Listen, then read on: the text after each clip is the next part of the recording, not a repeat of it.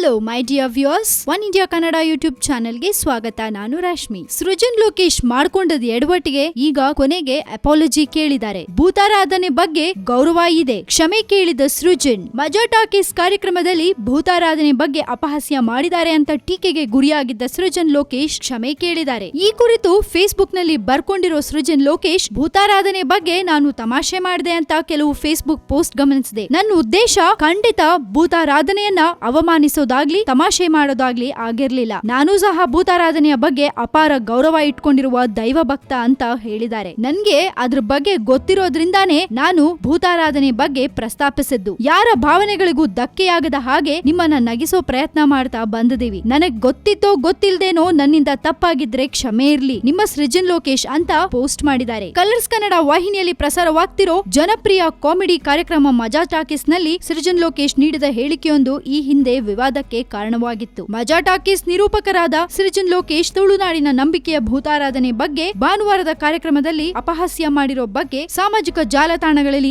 ಆಕ್ರೋಶ ವ್ಯಕ್ತವಾಗಿತ್ತು. ಇದೀಗ ವಿವಾದಕ್ಕೆ ಸೃಜನ್ ಫೈನಲ್ ಆಗಿ ತೆರೆ ಎಳೆದಿದ್ದಾರೆ. ಅಪಾಲಜಿ ಕೇಳೋ ಮೂಲಕ ಈ ಎಲ್ಲಾ ವಿವಾದಕ್ಕೂ ಮಂಗಳ ಹಾಡಿದ್ದಾರೆ. ಇನ್ನಾದ್ರೂ ಸೃಜನ್ ಲೋಕೇಶ್ ಕಾಮಿಡಿ ಮಾಡುವಾಗ ಸ್ವಲ್ಪ ಹುಷಾರಾಗಿದ್ರೆ ಒಳ್ಳೇದು. ಯಾಕಂದ್ರೆ ಆ ಮಾತಾಡೋ ಫ್ಲೋ ನಲ್ಲಿ ಏನೋ ಒಂದು ಮಿಸ್ಟೇಕ್ ಆಗ್ಬಿಟ್ರೆ ಅದರಿಂದ ಒಂದು ದೊಡ್ಡ ಸೀನ್ ಕ್ರಿಯೇಟ್ ಆಗ್ಬಿಡತ್ತೆ. ಸೊ ಇದ್ರ ಬಗ್ಗೆ ನಿಮ್ಗೇನಾದ್ರೂ ಹೇಳ್ಬೇಕು ಅಂತ ಅನ್ಸಿದ್ರೆ ಧಾರಾಳವಾಗಿ ನಿಮ್ಮ ಕಾಮೆಂಟ್ಸ್ ಅನ್ನ ನಮ್ಮ ಕಮೆಂಟ್ ಬಾಕ್ಸ್ ನಲ್ಲಿ ನೀವು ಹಾಕಿ ಕಳಿಸಬಹುದು. ಹಾಗೆ ಈ ನಮ್ಮ ವಿಡಿಯೋನ ದಯವಿಟ್ಟು ಲೈಕ್ ಮಾಡಿ, ಶೇರ್ ಮಾಡಿ, ಮತ್ತಷ್ಟು ಸುದ್ದಿಗಳಿಗೆ ಸಬ್ಸ್ಕ್ರೈಬ್ ಮಾಡಿ ನಮ್ಮ one India Kannada YouTube channel ಅನ್ನ.